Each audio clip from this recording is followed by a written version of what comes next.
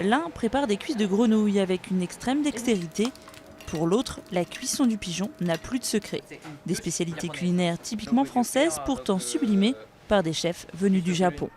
Près de la Seine, dans le 5e arrondissement, Atsushi Tanaka officie dans son restaurant depuis un peu plus d'un mois. Pour ce jeune chef de 34 ans, dont le mentor n'est autre que Pierre Gagnère, triplement étoilé, venir cuisiner en France, c'était une évidence pour faire de la qualité. À Paris, beaucoup de gens qui comprennent la culture cuisine gastronomique. Et également beaucoup de gens qui passaient à Paris, beaucoup de touristes. Résultat, en moins d'un mois, son restaurant affiche complet la plupart du temps. Au menu, pas de sushi ni de soupe japonaise, mais des mets très travaillés, à la fois d'inspiration française et internationale, comme cette assiette de homard. Moi, j'aime bien utiliser beaucoup de couleurs rouges, par exemple, c'est betterave. Comme dessert, betterave avec framboise, rouge avec noir, c'est comme un contraste. Et également, j'adore utiliser charbon.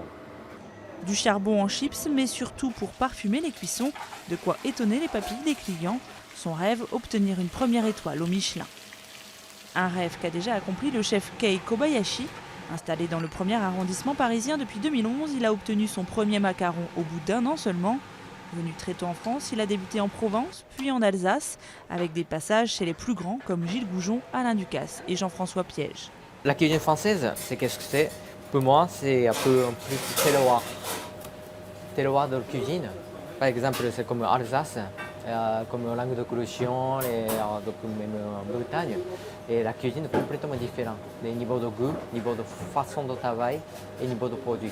S'il se revendique de la cuisine française, le chef Kei n'oublie pas pour autant ses origines et s'en sert dans sa cuisine. Ma signature, peut-être, je suis japonais, donc respecter les cuissons, plus de détails. J'ai utilisé beaucoup de poissons et crustacés, donc produits de la mer, et beaucoup de légumes. Des légumes qu'il met en scène comme cette assiette, haute en couleurs. Son rêve, obtenir une 2e étoile et ouvrir un autre restaurant. Comme lui, ils sont nombreux à avoir sauté le pas. Selon le guide Michelin, une vingtaine de chefs nippons étoilés sont installés en France aujourd'hui. Et seuls 3 d'entre eux se revendiquent de la cuisine japonaise.